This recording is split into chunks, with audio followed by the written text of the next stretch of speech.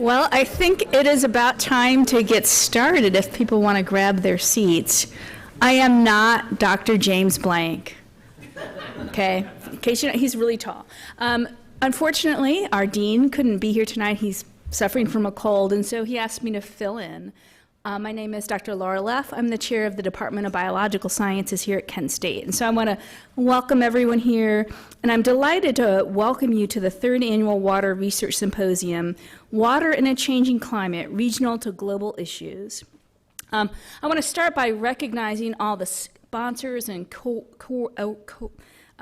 organizers and the people that helped plan and put all this stuff together. First off, the National Academy of Sciences Arthur L. Day Prize Lecture Series, the Cleveland Water Alliance, and then our own Kent State Departments of Biological Sciences, Geography, Geology, the College of Arts and Sciences, and the Division of Research and Sponsored Programs. And so the investments of time and effort really resulted in this impressive roster of presenters and all the activities that we're going to have.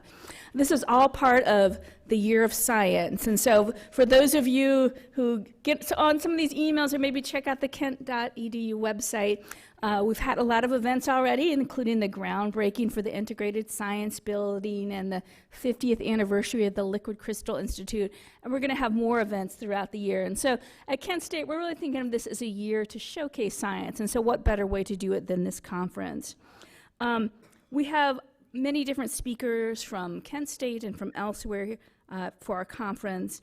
And so like our distinguished keynote speaker, Dr. Richard Alley, each of the speakers that have come to us today is on the leading edge of regional, national, and global water resource issues.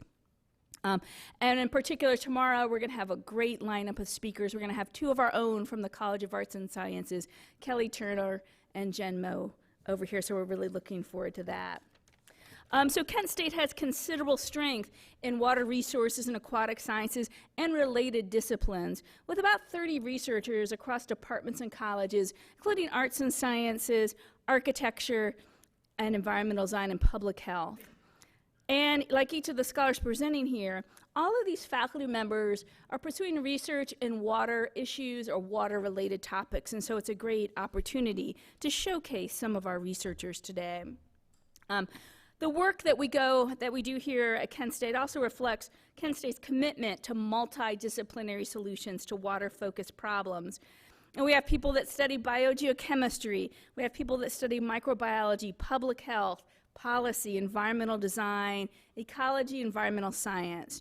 And really, we're trying to create those synergies not only within the university, but across campus boundaries. So one of our major research partners and one of the folks that are sponsors and we're a board member of is the Cleveland Water Alliance. And that's a network of leading corporations, academic institutions, and public agencies across Northeast Ohio focused on improving the economy and our water quality. And we're going to hear now, actually, from Brian Stubbs, who is from the Cleveland Water Alliance. So he's going to come up. And Brian, come on, you can just say a couple of words. Like it or not, we're going to bring you up here. This is, I wasn't expecting this. I think Dr. Leff, said it well. The Cleveland Water Alliance is really the Northeast Ohio Water Alliance, and more the Ohio and the Lake Erie Water Alliance. But the key here is, linking this idea that clean water can drive gross regional output. And we've started doing data through a two-phase study called the Value of Water, where we started looking at this. The first phase is now complete, and that's something that contact anybody, but certainly Laura to get a copy of that. But anyway, we're so pleased to be part of this event. We're so pleased to be working so closely with Kent and more than 30 researchers that touch water that runs the gauntlet. We're always fascinated by things like behavioral components around water as well that get left alone. Anyway, just welcome and thank you so much for having us. Thank you very much. We really appreciate your support.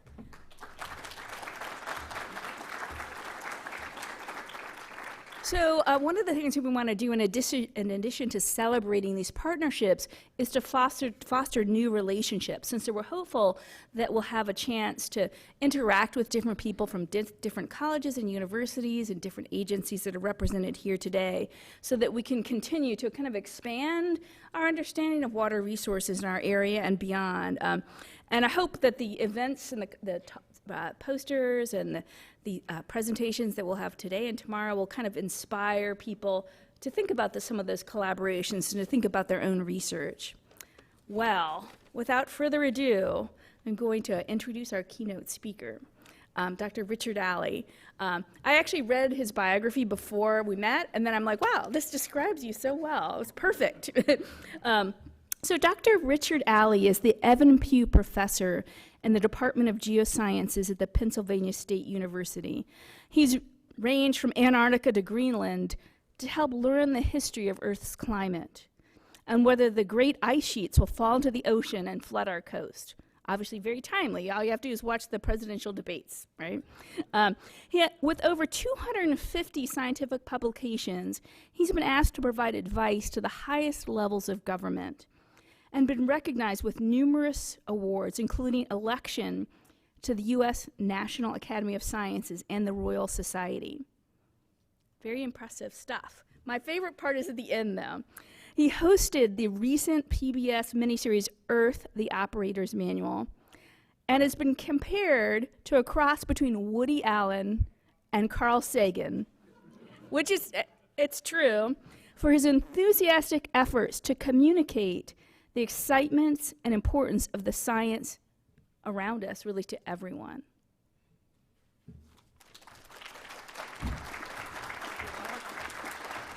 Oh, thank you. Thank you. We live? Okay. It is such a pleasure to be here. My dear wife, who is down front, actually has a Master of Library Science from Kent State. A few family members here from up the road. I actually occasionally, at the appropriate moment, like a beer. And one of my favorites is Burning River. And one of my least favorite things in the world is burning rivers. So in point of fact, you are ground zero here on some very interesting and very important things. And I think you're going to see wonderful things tomorrow if you come back for the symposium. I'm going to walk you through a long story here.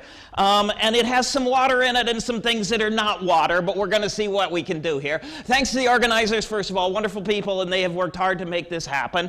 And thanks also to the National Academy. I will put the National Academy in later, so watch for it. It's going to come because they are important in this story, okay? So like I say, you're doing water here. I'm going to do water, but I'm going to do energy, and I'm going to do some other stories on the way, and I hope you'll find them interesting and engaging and lead somewhere that we can use, okay? So Penguin. So we like this stuff. We like the energy, we like a lot of things, and I want to show you why we like it. And I'm going to do it via something I did a few years ago. I teach a big online class. It's called Geology of the National Parks. We have 1,100 students spread around the world who are online right now. And to do this, we got a dozen advanced students. We got our local PBS affiliate to teach them how to do filming. We took them to the bottom of the Grand Canyon. We took them to a bunch of places. We had the PBS affiliate film them filming parks. I wrote them a textbook and some other stuff, and we wrapped a course around this. And so here's some of our people doing interesting things at the bottom of the Grand Canyon. Why is the river clean and not dirty now? Because, well, there's a dam in the way. And so we walk, and we're geology, right? So we did geology of the national parks.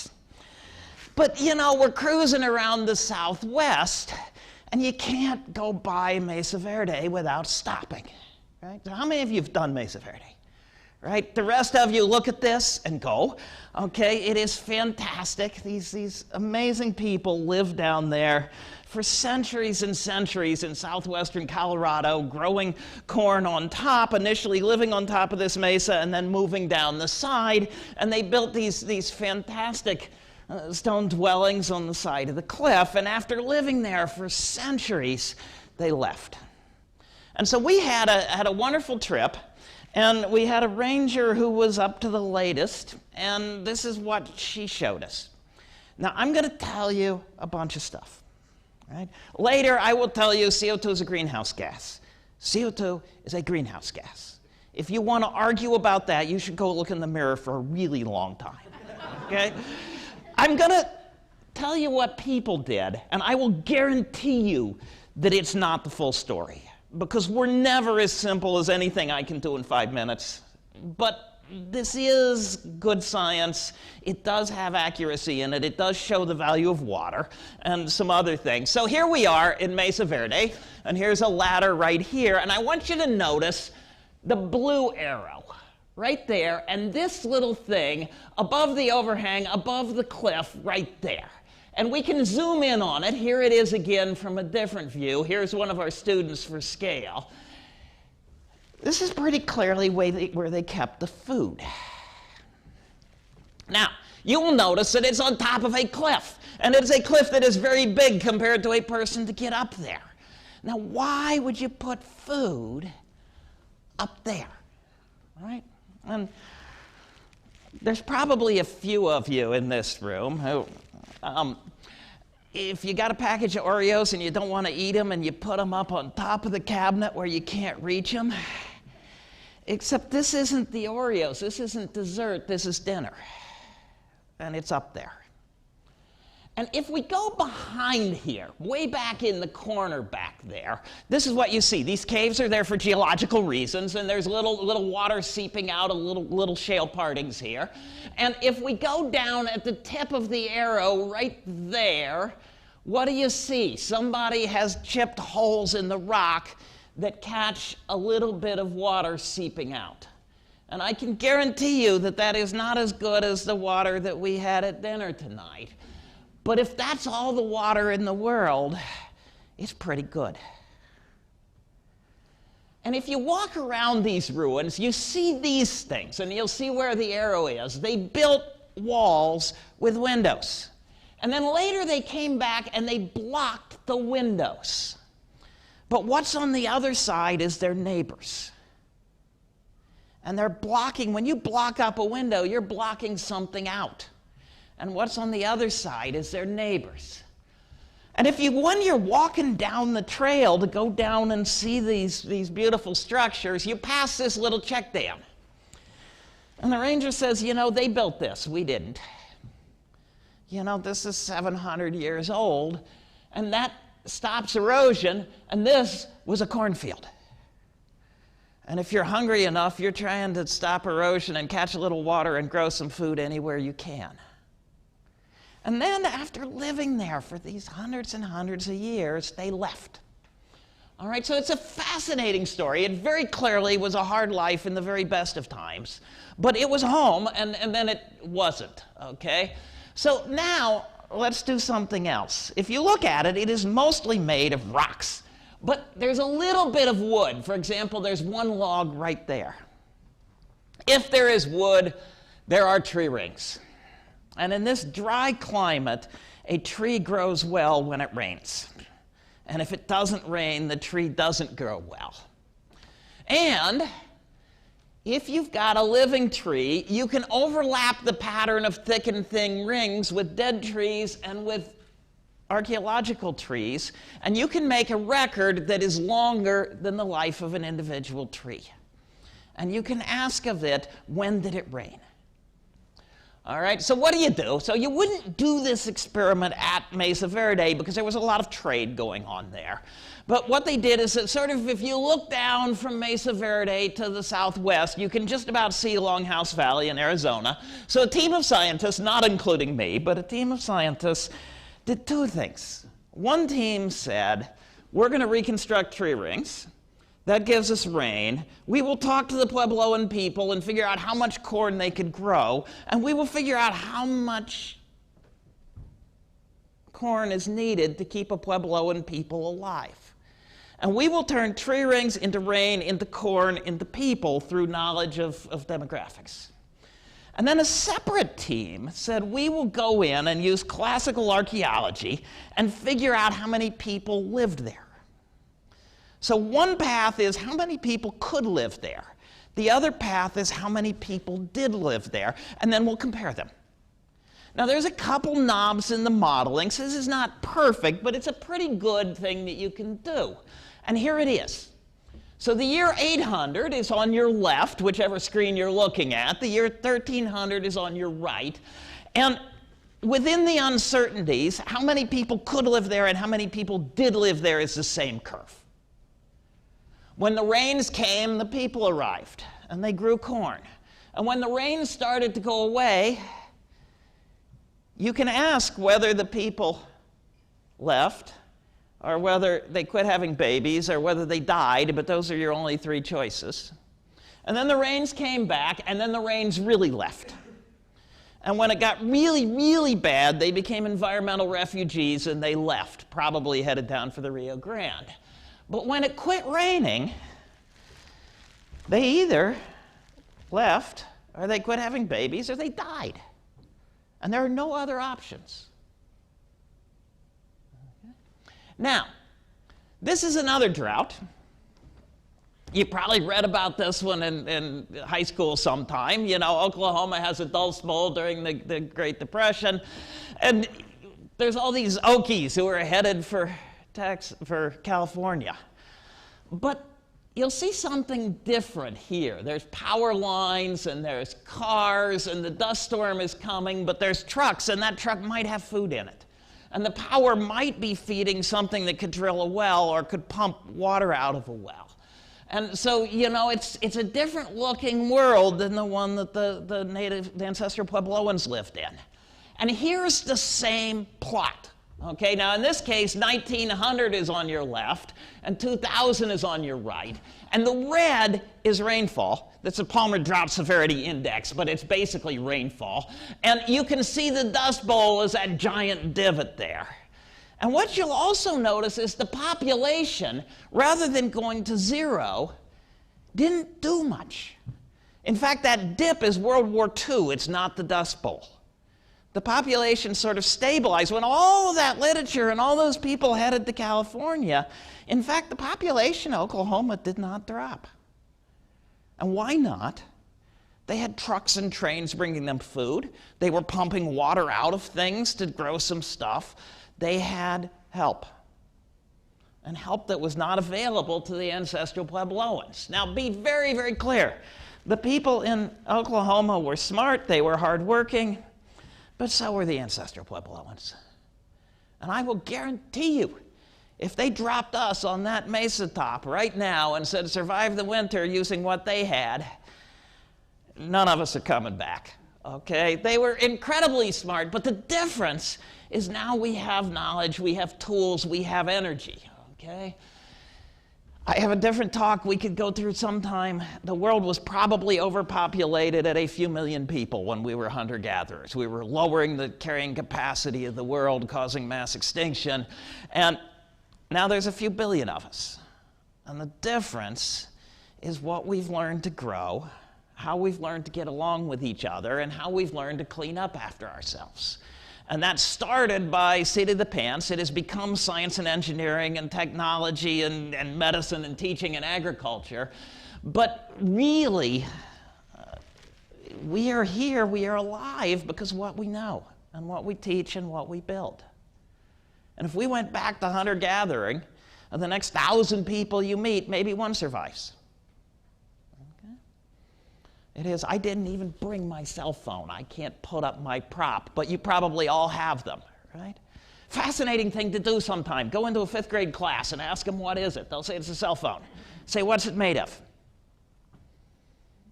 And then wait, right? And at some point, some smart person may say, cell phone parts? It's sand and oil and rocks and science and engineering and technology. And marketing and design and a few other things. It's sand and oil and rocks. And if you gave the sand and oil and rocks to the Senate and said, turn this into a cell phone, I'm sorry, but you're going to wait a long time. Einstein is in there. Bohr is in there, okay? Our knowledge is not optional. It is not optional, okay? So I'm going to walk you through. You're going to do energy. You're going to do water tomorrow. I'm going to do some more water before we're done, but I'm going to mostly do energy. Sustainability, big issue, biggest is getting along with each other. And then it's cleaning up after ourselves, it's water, it's energy, it's food. But maybe energy is the biggest of those technical ones, because with enough energy, you can go desalinate and pump. You can do some things with water. The numbers, okay, so I had a really nice dinner across the street here. I may be over my 2,000 calories today. What we can do for ourselves, the food we burn, gives us about 2,000 calories a day. The plowing and the trucking and the cooling and the heating and the lighting and all of the other things, refrigerating, are done outside of us. If you take the total energy used in the US economy, you divide it by the number of people, you turn it into these archaic units, it is 240,000 calories per person per day. What you can do for yourself is 2,000, what is done for you is 240,000. More than 100 energy serfs doing our bidding. And we love it. Don't kid anybody, okay? You do not want to spend all summer hoeing corn on top of a mesa so you don't starve to death in the winter. It's not a nice life, okay? And 85% of this right now is fossil fuel, okay? So 100 energy serfs from fossil fuel. Now, we have a long history, and I'm going to show you a little bit of it.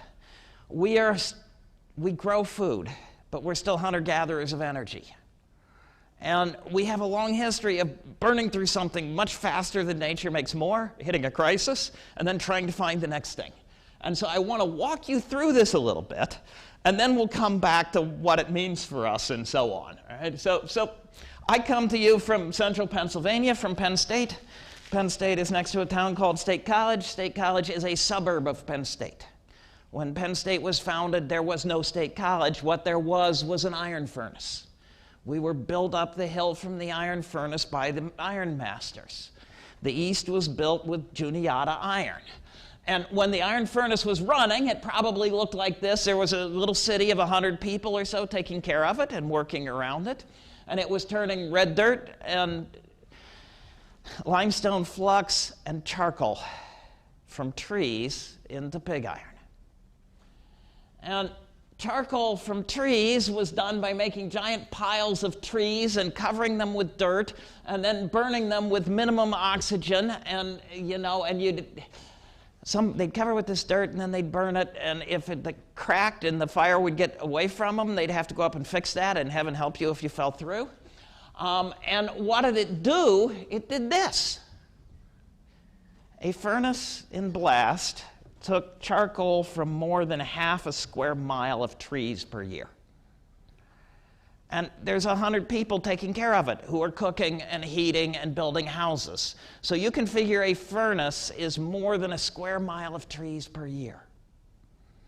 Now, if you go to a gazetteer of Pennsylvania today and you ask how many place names named Furnace are still on the map,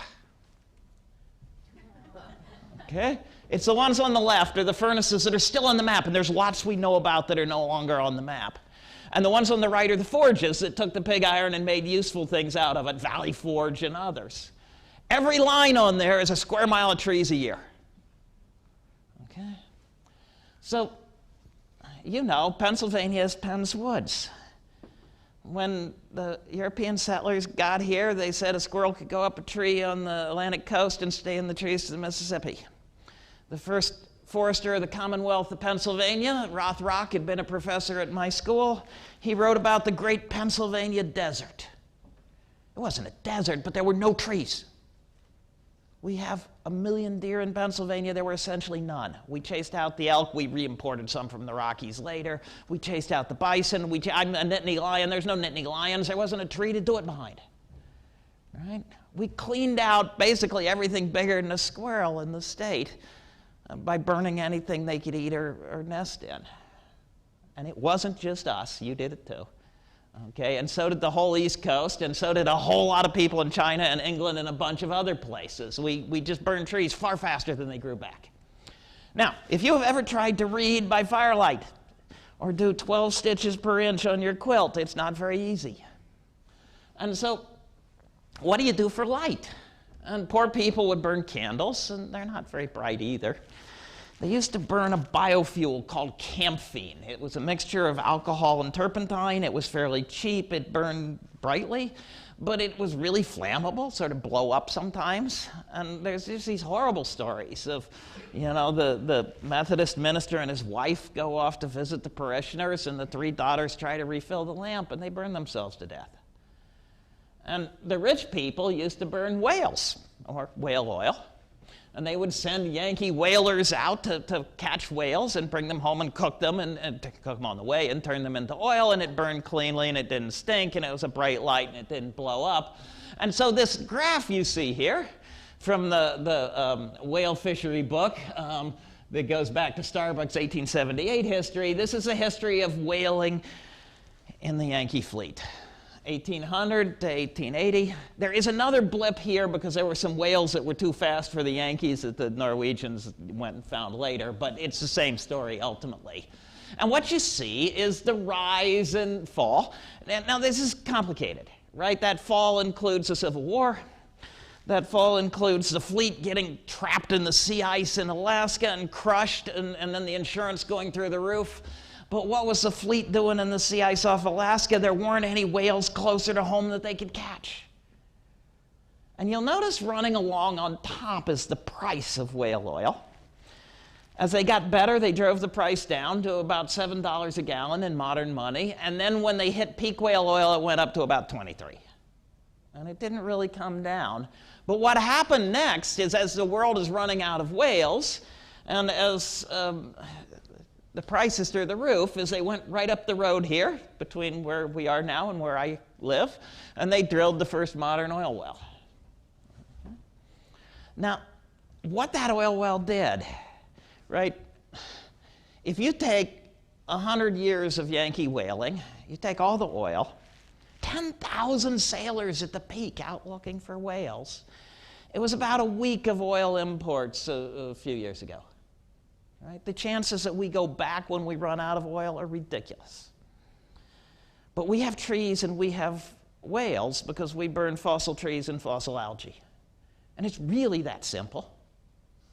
And they knew it way back then. So this was published in Vanity Fair in the year 1861, right before the Civil War. And if you can't read it from the back, it is the grand ball given by the whales in honor of the oil wells of Pennsylvania.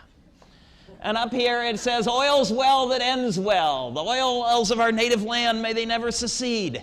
We wail no more for our blubber." We have whales and trees because we burn fossil trees and fossil algae. Okay? And we do. And this has to end. Okay? Economists hate it if you say something will run out. No, it'll become economic and we'll find, The fossil fuels accumulated over a few 100 million years. We are burning them over a few 100 years. We are burning them about 1 million times faster than nature saved them for us. The rate of production of new ones is so close to zero that it just doesn't matter. We do not have any choice between renewables and fossil fuels. We have to get to a renewable energy system. The only question is, do we burn the fossil fuels or not? Do you take the mountaintop off and then put something renewable on top, or do you leave the mountaintop? And those are the only real choices because we really are burning them so much faster. The numbers are just flabbergasting. Just how good energy companies are at doing what we ask them to do and get us oil and coal and gas. Right? This number, I think, is really interesting. The trash we put out at the curb for the trash collector as household trash is a little under 1,000 pounds per person per year. The CO2 that comes out of the tailpipes of the U.S., the total CO2 divided by the number of people, is about 40,000 pounds, just a shade under. But it's 1,000 pounds of trash, 40,000 pounds of CO2. If that CO2 came out of the tailpipes at the density of horse ploppies or water, it would cover every road in America an inch deep every year. In 10 years, there would be no joggers in America. Right? We would all be cross-country skiers, right? Okay, so, and be honest, it's getting harder. There is a huge amount of fossil fuel left, but it's hard to get. The easy stuff, why'd they drill in Oil City? Why'd they drill the Drake well? Well, oil was leaking out of the ground. And they said, wow, if oil leaks out of the ground, maybe there's oil in the ground. Okay, you don't find a lot of oil leaking out of the ground anymore. What's BP doing down in the Gulf in the deep water? What are they doing taking the tops off mountains? The easy stuff's already gone. Okay? Now, that 20 tons of CO2 per person per year will change the climate with very, very, very high confidence. Okay? It's physics. It's physics we've known for well over a century, and it's physics that I use this particular example. The Air Force got into this right after World War II. The Air Force had a job, make sure bad guys with bombers don't blast our cities. And they said, one way we can do that is we'll get heat-seeking missiles. The enemy bomber has a hot engine. The hot engine emits infrared radiation. We will follow the infrared radiation up their tailpipe and make sure they do not get to our city. And then they said, but wait a minute. If we put the wrong sensor on our missile, we can't see the enemy bomber, because the radiation is soaked up by CO2 or water vapor in the air. It's transferred to all the molecules in the air, and there's just this vague, diffuse glow rather than a hot spot that the missile can follow. And so the Air Force got a bunch of physicists, and they sent them up to Hanscom Air Force Base, and they said, figure this out right. This matters. We want to know. And, you know, today it was not really sunny, but the sun still heated the Earth, and the Earth sent infrared radiation back to space. And a satellite sitting up there would see across the top of this plot the Earth cooling off by sending radiation to space. And then they would see this little divot over there on the side, and that divot that's shown in magenta there is CO2 blocking radiation. And if there were more CO2 in the air, more is blockable. And I can guarantee you that if you went outside today and looked, there was more radiation going up from the sun-warmed Earth than coming down from enemy bombers. And so you know, that's sort of it. 20 tons per person per year of something that blocks heat radiation and warms the whole atmosphere instead. And so, you know, you'll get people routinely, do you believe in global warming? Do I believe in gravity? It's almost to the same level, okay? It's unavoidable physics. This one's real important. You cannot hear the other side. There isn't one.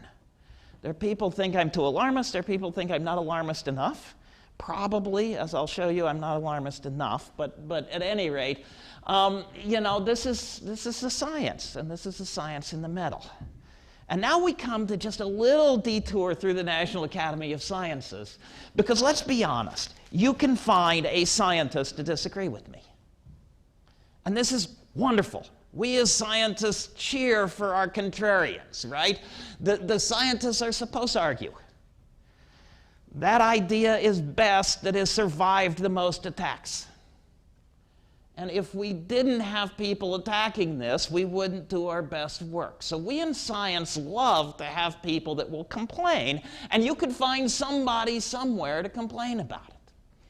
And so policymakers have long faced this question: how do we lift the lid on science, where they're in there squabbling over these things, pull out what we know, and slam the lid back down and let them do that? And part of the answer is this one. We call it assessment. Boring yawn, you know. And in the US, this dates to Lincoln. And on the same day, early in the Civil War, the House, the Senate, and the President signed the bill creating the National Academy of Sciences. And they immediately started, I'll say a bit more, but they immediately started to work on things like, wow, ironclad ships are changing naval warfare. We have to put giant slabs of iron around our ships so that the enemy doesn't sink our navy. The ship has a compass. The compass is magnetic. I just put a giant slab of metal next to my steering device. What do I do? And they go to the Academy and say, what do we do about this? And the Academy actually fixed the North's compasses. So they sailed through the rest of the war secure in the knowledge that they knew which way was north. Okay? And so what is this? It is the full range of relevant scientists who are volunteering to work in the public for the public good, in the public eye. And they tell you what is solid, what is speculative, what is silly. The Senate, the House watched very carefully. The people at the Academy worked very, very, very hard to get the full range of views and to make this work. And now there's actually, it's the National Research Council operates in the National Academy of Sciences. It's joined by the National Academy of Engineering and the National Academy of Medicine. And they are advisors to the government, advisors to the nation on science and engineering and medicine. Okay? And so if you want to know where to start, this is where you go to stay. If it really matters, this is where you start. It's not sexy, okay? This is the bedrock stuff. And for water, there is a Water Science and Technology Board, and you will find an amazing range of reports and useful things there on water, on climate, on other things. I have had the experience many times. You know, you meet a neighbor, you meet a senator, and they tell you something they saw in a blog. And they say, you scientists are always wrong. And you say, Senator, that's a blog, that's Newsweek. What did the Academy say? And the ones, especially if there's no camera around, they know. They know, okay? So at any rate, I'm going to follow the Academy, the Royal Society, the IPCC here. I teach the class. You have people here who teach the class too. Lots of us teach the class on climate and energy and water, and I could do hours and hours and hours and hours on this. I did the TV shows, I wrote the book. Okay, fossil fuel burning is raising CO2. That is having a warming effect. It is getting warmer. It is getting warmer despite the fact that the sun has dimmed a little over the last 30 years, despite the fact that volcanoes have blocked the sun with particles, despite the fact that we have cut some dark forests and replaced them with more reflective grasslands in some places like Brazil, despite the fact that you know, if you'll meet somebody who says, I know it's getting warmer, but let's compromise. Well, how much of this is human? More than all of it. Because our greenhouse gases have warmed more than we've seen because these other influences are cooling it off. So somebody really wants to compromise. They say, how much of this warming was caused by our greenhouse gases? More than all of it. Because it's warmed despite the sun dimming a little bit over the last 30 years. Okay? That's important, actually. And the warming has the size and the pattern expected from our CO2 and the other influences. The projections from earlier are proving to be accurate. This is a predictive as well explanatory science. And our understanding says this is going to get a lot bigger if we don't change our ways. Okay? Now, nobody cares, right? Global mean surface temperature, big whoop, all right? What does it mean? If you want to come back later to crop heat stress, I've got a couple of slides hidden later, but most of our food is grown at the optimal temperature, a little warmer than it likes, and by late in this century, if we don't change our ways, the hottest summer it's ever seen is likely to be below average in a lot of the world. And if your food doesn't grow well because it's too hot, it's not very happy. Sea level rise is what I work on a lot. You get a unique ecosystem, you save it in your national park, like the parks that we visited with the students, and now it needs to move 1,000 miles, and there's cornfields in the way. How does it get there? Okay. We're going to talk just a little bit about water here, not too much, but a little. Probably more floods and more droughts. That may sound crazy. But think about it, our tomato patch in the fall and the winter and the spring is sort of always wet when it's not frozen. In the summer, we'll have a gully washer, and 2 weeks later, I'm out watering the tomatoes. As you make the world more summer-like, more variability, the rain comes more intensely in shorter periods, and so we get more floods and more droughts with fairly high confidence. In addition, the dry zones tend to expand into some wet zones. Okay? And this one's really important. The costs go up faster than the temperature does.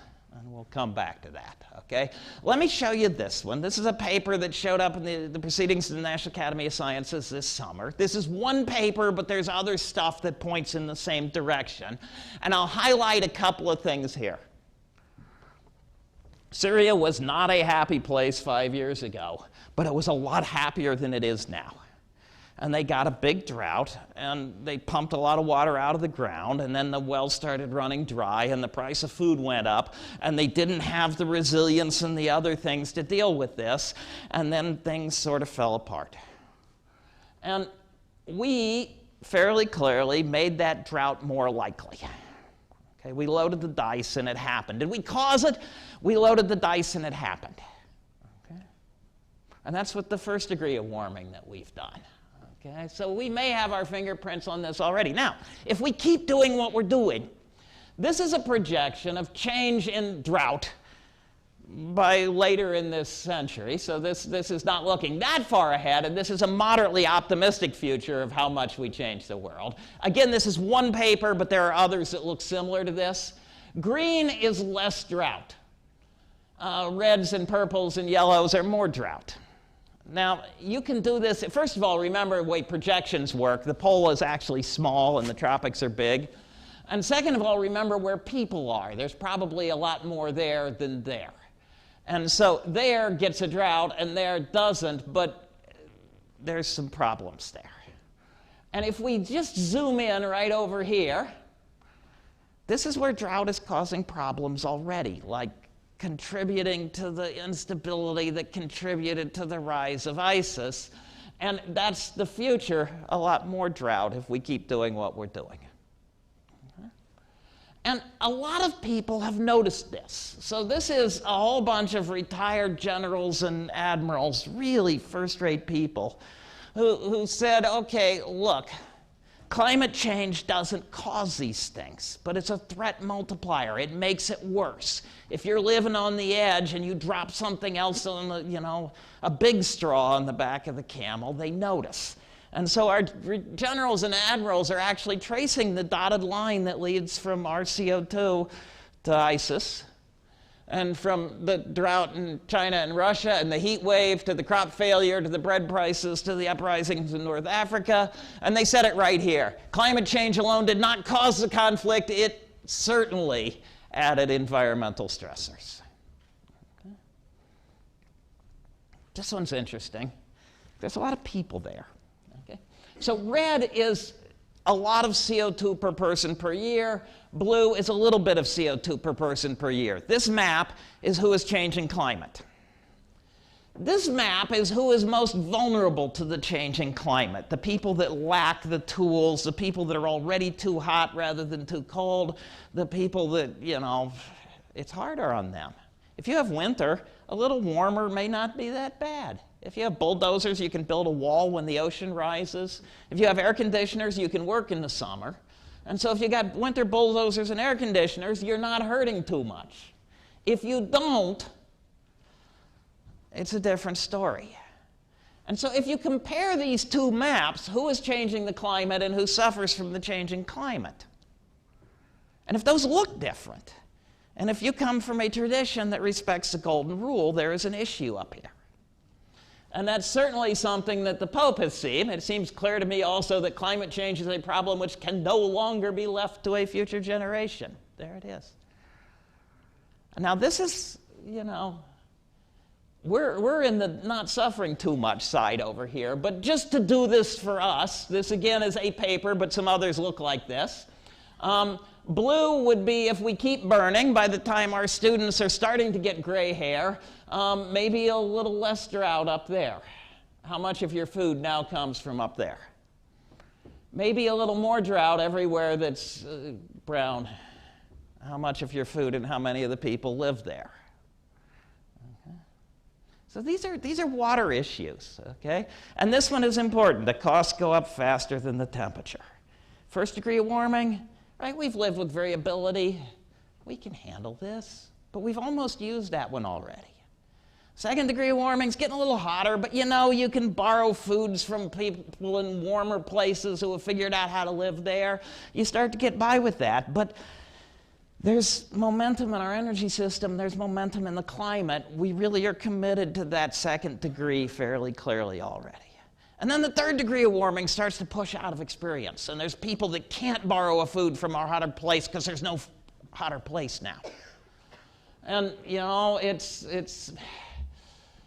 and this is degrees Celsius, globally averaged. The land warms more than the ocean, and Fahrenheit's bigger than Celsius. So what we're doing now is we're arguing about 3, 4, 5 globally averaged, which is 10, 15 more for land where a lot of people live. And then the costs start going up a whole lot.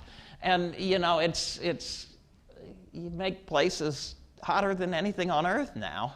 And what lives there? And what do you grow there? And how do we live there? And so on. And so and then you come to the uncertainties. And this, I said, probably we're on the conservative side in the scientific community, and it comes to this. Okay, what we don't know. You try to build something, and you can't make it easily. You can't build a building or a clicker or a cell phone with just a hammer. But you can break a clicker or a cell phone with a hammer, and you could break this with a wrecking ball. And so you get to this picture that throwing a huge amount of CO2 in the air is very, very unlikely to make Eden. CO2 actually makes plants grow better. We have included that in our assessments for a very long time, and that's in everything I've told you so far. But it doesn't make them grow a lot better. And why? Because they care about water and fertilizer and pollinators and a whole bunch of other things. And so you give them more CO2, they grow a little better, but if it gets too hot or too cold, they can die. And if it gets too wet or too dry, and if they lose their pollinators or they get hit with an invasive, too much fertilizer, too little fertilizer, you know, there's a whole lot of things can go wrong. And so just cranking up CO2, the uncertainties are mostly on the bad side. Tipping points and ecosystem collapses, and what's the worst case scenario? It's too hot to go outside in the tropics because you can't lose heat and you die. And we don't expect to get there this century, but by late in this century, it gets really hard to work outside safely in a lot of places for a lot of time because it's just too hot. And so the uncertainties are actually the less you trust me, the more you probably should be worried about the big hammer of 40,000 pounds of radiatively active CO2 per year. Now, take all of this, run it through everything else that I haven't showed you, but we could talk about later. And if you use this knowledge, together with what you care about and where you want to go, it actually helps the economy. You'll hear people say, we can't afford this, it'll bankrupt us. No, the economy comes off better off if we use this wisely, with very high confidence. And that's more money and more jobs, as well as greater national security and a cleaner environment in the golden rule. Okay? All right, so, but can we? Is this possible? Right? And so here we go. This is where we get that 2,000 calories per person per day. The reds are croplands, oranges, and the darker the color, the more of the land is used for crop. And so everything up there in orange is we're growing food to get that 2,000 calories per day. And down here is, well, we can't grow much because there's not enough water, but something grows and we can let animals eat that, and then we can eat the animals or milk the animals. And so this is the grazing lands down here. So this is what has been changed by us to give us 2,000 calories per person per day in the US and somewhat less in most places. Suppose that we took a modern solar farm and we put it in a low latitude sunny place and we made more energy than all of humanity is now using. How big would it be? And it's that pink square. Okay? Now, no one in his or her right mind is ever going to do that. You're going to do it differently. There'll be multiple sources that will be spread where you are. No one should think that would be easy. That is 1/8 of a lot of solar cells. But this is what it takes to feed us, and that would power us with plenty of growth left. Okay? So is it impossible? Of course not. All right, now do this one.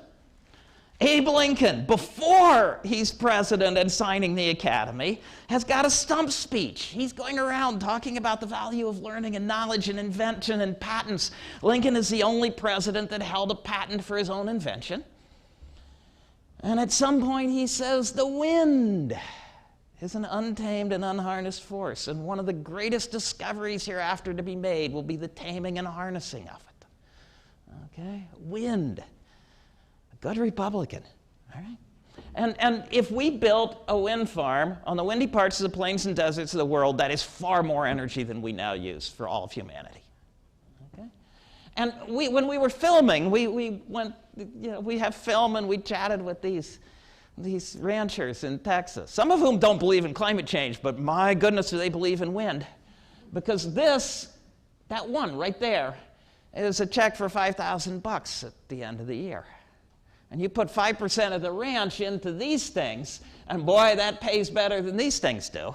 And if the drought hits, these still keep working and these don't. And so, right? Okay, so this is not necessarily bad news.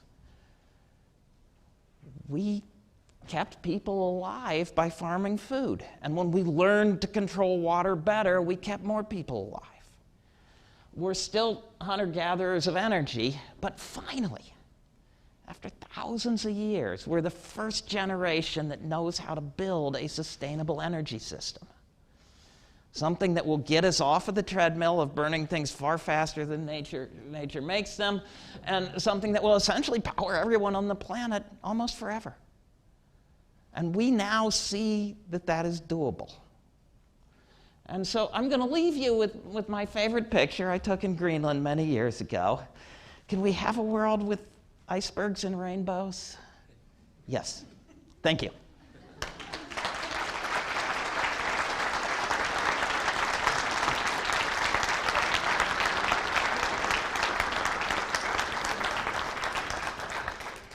So we have some time for questions. If you would like to ask a question, please raise your hand so we can get the mic to you so that everybody can hear what you have to say.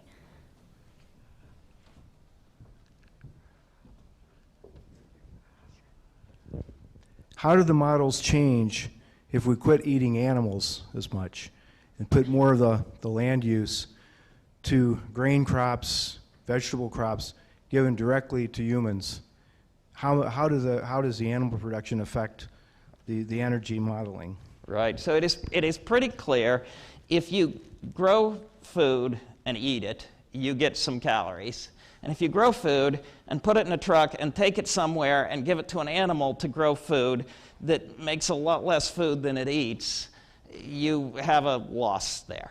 And so it is very clear that we could feed more people with the same amount of food if they ate lower on the food chain. It is fairly clear that we do some trucking of things around to get, you take the food either to your animal to eat it, that you then have to truck and refrigerate it and so on, or you take it straight to us and we eat it. And so there's no question that this is in the picture. How to deal with that? One way, I mean, to be perfectly honest, I probably should eat one fewer cheeseburger and a little more something else. So there's a health issue here. Across the board, the economists to whom I've spoken say put a price signal on and that'll show up and people will deal with it. So we can talk policies more on that. Telling people that you're going to take away their cheeseburger is sometimes not the best way to open the discussion. But there's no question that that is one of the important transportation and, you know, heating and cooling and what have you. But there's no question that by cycling things through, when we had the picture up there of the grazing lands, we used to use animals grazing to turn things we couldn't eat into things we can eat. A lot of our animals are eating things we can't eat. Yeah, because if we stress how it will help the earth, they might make the choice without being told that you can't have your cheeseburger. Maybe do more about teaching them why they should not choose the cheeseburger. A lot of what you've... first of all, I really enjoyed your talk. Oh, thank you. And, as one scientist to another, I think it's great. The problem is it's the science. And science, in order to do what needs to be done, it's done in an economic, a social, and a political context. And one of the things I worry about here in the Great Lakes, where we're having problems with water quality, that's also done in a social context, and it has to be solved politically in an economic context. And I see that as a big stumbling block. You've shown me some very hopeful signs that we can solve this, but will we? Can you give any hope that doing this in a social, economic, and political context is possible? I think we can. Will it happen instantly? Is everybody going to wake up tomorrow morning and say, I accept a scholarship and I'm moving forward? Probably not. But so we take the science and we give it to the impacts people, and they say, what does this mean for our food? What does it mean for our water? What does it mean for building walls around cities? And then they turn it over to the economists, and the economists do their magic. And that includes, assumptions such as we are more important than our grandchildren. And it includes assumptions such as the economy can grow forever, or just about. And even if things get really bad, it won't do much to economic growth. And it includes if we clean up the problem now, our grandchildren are going to be so much richer than we are that we're taking money from us poor people to give to those rich people, and we hate taking money from poor people to give to rich people. So we shouldn't do much for them now. We should just make a big economy and let them deal with it. And yet, if you assume that the economy will not be seriously impacted by this, and you don't want to help your grandchildren very much, and you're more important than they are anyway, the economic answer is still we should be taking actions now to slow down global warming on a purely dollars and cents basis. And that is the fundamental conclusion, I believe, that comes out of the entire Intergovernmental Panel on Climate Change process. The whole thing turns into a social cost of carbon, turns into there is money to be made if we deal with this. And so if you want to save rare and endangered species, if you want to go with the golden rule, if you want to take out insurance against disasters, if you want to work on the national security things, or if screw all of that, all I want is money, all of them are in the same policy direction right now. And there's been a couple of very interesting reports recently, one from the International Energy Agency, one from the International Monetary Fund, that said right now we subsidize fossil fuels much more than we subsidize the replacements. And at the point of government spend 8% of revenues on subsidizing fossil fuels, according to the IMF report, including the indirect things. And so because the hard-nosed economist looking at the big picture is on the same side as the Pope, I think there's some optimism here. Now, if we actually, like on a scale of panic about climate change to do nothing about climate change, we're over here. Speed it up. Now, if we move over to here, then there becomes a real argument between the economists and the Pope about how far to move. But because we're over here, essentially everyone who's paying attention is on the same side. Let's just move it that way.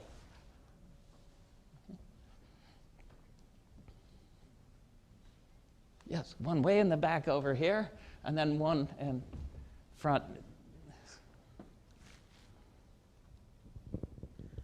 Yes, I don't hear a lot about tidal energy nowadays. How would that fit into a renewable future? And if our sea levels are rising and our weather patterns are becoming more extreme, how might that help it, match solar and wind and the others? Right. So excellent question. Almost certainly, a renewable energy future is not going to be that pink square. Right? It is going to be things that work for you where you live. And some will be collecting energy elsewhere and ship it, and some will be generating it locally. Tides are interesting. Waves and currents are sort of the same tools, but a different cause. The sun, 1% of the sun goes into wind, and 1% of the wind goes into waves and currents. So the sun, if we could get 1/100th to 1% of the sun, that's more energy than we use. Wind, we'd have to do better because it's only 1% of the sun. We really can't power ourselves by waves and currents. But if you live next to waves and currents, if you're building a wall to keep the ocean out of your city, why not buffer the energy that's coming against your wall by pulling energy out of it and running it to run your city? So almost certainly they will be part of the picture. And this is so huge. Right? Energy fluctuates. Now it's 6% or 5% of the economy. Sometimes it's been up to 10%. You talk about 10% of the economy on the table. A little tiny bit of that is really huge. And so almost certainly waves and tides and currents will be part of the picture, but the biggest pieces are likely to be sun and wind. So yeah, so there was a... Thank you for a very interesting talk. I wonder what is your take on patterns of urbanism, because, basically my point is living in the densely populated cities dramatically decreases the carbon footprint, and I come from Philadelphia, and we just moved here, and it blows my mind how much more energy I use, even though I try not to go anywhere or a lot of places or choose the closest things. I used to fill go to the gas station every 2 months. Now I do it every week. Yeah. And I'm just a single person and don't have kids and a lot of that. Right. Thank you. So I think that I try very hard not to advocate for any particular policy, but I have talked to quite a number of economists, and they routinely say what you do is you make a price signal. And that, so do this for me, okay? So I mentioned, I mentioned Burning River at the start, right? We tax alcohol, and we tax alcohol to raise money for the government and to reduce drinking. And we tax tobacco, and we do that to raise money for the government and to reduce smoking. And we tax your paycheck. And we do that to raise money for the government. And any good economist will fill in and reduce working. Because what does it do? It makes work less valuable to you because you put out the work and you only get some of the money because the rest goes to the government. And so you find other things to do. And so what the economists tend to say is, suppose that we taxed carbon to raise money for the government and to reduce climate change. And we use that money to offset a tax such as the one on your paycheck. What would that do to the economy? The Congressional Budget Office looked at this last year. And they basically have said, if everything I set up here is an evil lie, taxing carbon and offsetting it with a reduction in the tax on your wages will not hurt the economy. It's no cost. And it may even help a little bit. Replacing carbon is a big deal. It will distort the economy, guaranteed. But replacing willing workers is also a big deal. And that also distorts the economy. Because what I told you is not an evil lie. You offset climate change while doing these other things, the economy ends up growing relative to business as usual. And when President Obama came out with his plan, it's a year ago now, year and a half ago, he had this plan on what the government was going to do to move forward on reducing greenhouse gas emissions. And it ran to, I think it was 43 pages. And it was a sketch of the government actions and the directions they were going to go, and homogenizing codes and all sorts. And the experts who looked at this said all of these are actually good ideas that will work on solving the problem. And NPR found an economist who said, yeah, but he said we could do this with a one-page bill. You put a price on carbon, and the whole economy then is working to reduce climate change. And so we could look at, but then that feeds into the other thing, and it's another thing that is going on here and in many other places, which is that if you put a price on carbon and people start saying, I want to live in a way that reduces my carbon footprint because it pays me, how do you do that? How do you make the city work for you? How do you make the water work for you? How do you make the transportation system work for you? And all of a sudden, that's what you're trying to do. And that's a little piece of that is what this conference is about. Because at the point where people need the knowledge, they get a little impatient. And if we in the academy don't have it ready for them, they might go off in some strange direction. And so this is, you don't always get headlines by figuring out how to make the water infiltrate in your pavement, but it's going to make your city work so people can live in that city rather than being spread out so that they can reduce their carbon footprint so we can make it all work. And there's the opportunities here. Again, the moment you get away from what are the costs to overall the economy ends up better, and then you start looking at the new inventions, the new patents, the new companies, the new jobs, and you say, wow, that social cost of carbon is a profit to be made. And it's going to be made in a million ways by a million bright people making new jobs and new companies. And some of it is going to come from here.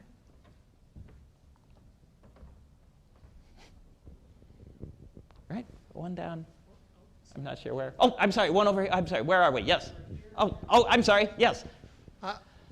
The Clean Water Act has accomplished a lot of the goals that we set out in 1972 to accomplish. Why hasn't the Clean Air Act kind of helped in this energy battle that you're describing? I think the Clean Air Act was primarily aimed at other things than CO2. And I think it actually did a lot of good. If you look at how much people are breathing and so on, it has cleaned up a lot. There is more to be done. There are some fascinating studies. I come from a coal state. You come from a coal state. There are some fascinating studies on the co-benefits of moving to other fuels. And more or less, averaged across the coal plants of America, if you ask how many particles they put in the air, who breathes them, and what it does to their health, the estimates in the published literature from 3 or 4 studies I know of are that the health costs are higher than the electric costs. So you pay 7 cents a kilowatt hour for electricity, and society is paying more than that in lost health. So even though it has cleaned things up, it has not cleaned them up as much as many studies say would be economically beneficial.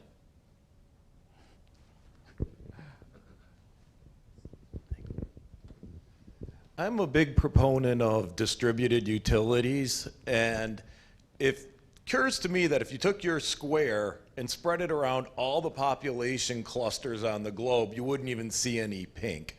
How does that fit into the equation? Yeah. I think you are much closer to the future than my square. And you know, at the point where you're driving an electric car and you pull into the parking lot out here on the surface on a sunny day, and you have a choice: do you park in the sun and your car sits there, or do you park under the solar cells and it's charged when you drive home in the evening? Where are you going to park? Right? And I just said the same thing you did. So, so in point of fact, I think what you're going to find is we will distribute that, and a whole lot of it will be where people live and where they want it. So it would never, ever, ever look like that square. That's just the scaling. And the numbers really are that we could use the built environment to make the power we use.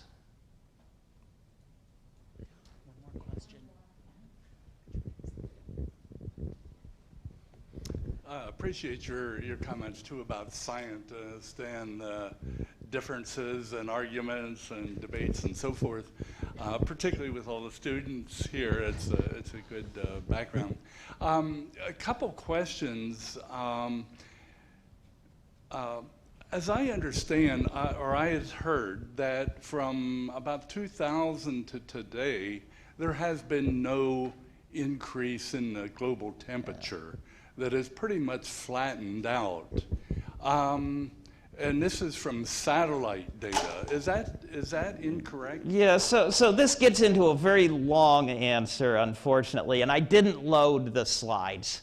The satellite data do not measure the surface temperature. They measure some average up in the mid-troposphere, but it overlaps a little into the stratosphere where there's cooling, both because of CO2, which holds the heat down here and not up there, and because of ozone depletion. And so the satellite data do show warming, but they don't show as much as the surface does, and it's pretty moderately well understood why, and it's not a problem. The surface has been warming. There was a slowdown in the warming, a small one, and that mostly was linked to what the Pacific does. So the Pacific, all right, so if you come back to the house on a winter day after it's been cold for a while, and you turn on the heater in the room where it's cold, you have to warm the furniture as well as the air, and the air takes a while to warm up because there's heat going into the furniture. When we turn up CO2, we have to warm the air, we have to melt the ice, and we have to warm the ocean. And how much the heat goes into the ocean at any time changes a little with the Pacific. It has this sloshing called the El Nino La Nina. And when the Pacific puts really cold water out there, why, heat goes into that cold water really well. And then the air does, and when it puts an El Nino out, so what the Pacific is doing, La Nina versus El Nino, affects how fast the air warms. We're going to the same place. If you warm the air first, then the ocean has to catch up because it's in contact with the air. If you warm the ocean first, the air has to catch up because it's in contact. So we're going to the same place, but it staggers a little bit on the way. And 1998, there's this huge El Nino, and the air got warm because it took a little heat out of the ocean, put it in the air. Then there's a little slowdown because the Pacific put really cold water out there for a long time, and it was sucking heat out of the air, and it still warmed. And now we got a new El Nino, and we're setting new records. And there's this little window there that people are saying, well, maybe it's not quite as bad as we thought. And they're not taking action even though we're warming. And the warming never slowed down. It was just a little more in the ocean, a little less in the air. The patterns are actually very clear. The projections are good. The warming continues unabated. And there's no serious problem with that. Yeah. It seems like the terminology sort of changed, too. That it used to always be global warming. Now it's global change. Yeah, the question of global warming or climate change or global change, if you actually do the scholarship, we have used all of those terms since this began. And there are people who ought to have better things to do, and maybe they've been paid to do this, who seem to make some huge deal out of this. That global warming is the increase of the average temperature of the globe, but that causes lots of other things. So global warming is almost a subset of climate change or global change. And you go back, and people are actually documenting this. You find all of those terms used all the way along, and the people who are making a big deal out of it are doing it to confuse something, or they're confused themselves. Nothing has changed. It is CO2 warms the climate. That does lots of other things, and we get all of it. Okay, final question, real quick. The Antarctic ice cores allegedly show that global peaks in temperature precede the increases in CO2. Right, so this is another of these things that if you didn't hear, I do ice cores. I have spent a whole lot of my life on the ice sheets doing ice cores, and I make these measurements, and I wrote the book. And when you go, ice ages are caused by features of Earth's orbit. The orbit comes and the orbit goes. Right, North Pole doesn't stick straight up. It's tipped over a little bit. It tips a little more. It tips a little less. This takes 41,000 years. When this happens, there's more sun at the pole and less at the equator. Now there's more at the equator and less at the pole. And that changes the climate, and this brings ice ages. But when this happens, the whole world warms, including the places getting less, including the places getting less sun. And the reason is that when this is going on, it's changing ocean currents, which are changing CO2. And the orbits change the ice, which kicks the ocean, which kicks the CO2, which kicks the rest of the world. And the causation is pretty clear. The orbits kick the ice, it kicks the ocean, it kicks the CO2, it kicks the rest of the world. And then somebody says, wait a minute! The temperature moved a little tiny bit because of the orbits before the CO2, so that proves you guys are lying to us. This is total nonsense. The logic of it started temperature and then the CO2, do the equivalent, okay? I actually did bring my wallet, and my wallet really does have a Visa card in it, right? So suppose that I go and I overspend on my Visa card. And then I go into debt, and then I start paying interest rates, and then my debt gets bigger. It is very, very clear that interest is lagging. It comes later. So that proves that interest can't contribute to my debt. So that means I don't have to pay the Visa Corporation. And the logic is actually the same, Okay? We have to take what we see in the ice cores. There's a tiny change in temperature, then CO2 and temperature go together for a long time. And we have to work out what we understand from that. And the biggest one is that the places that get more sun cool when CO2 goes down, and the places that get less sun warm when CO2 goes up, and CO2 beats the sun. And the ice ages are globalized by CO2.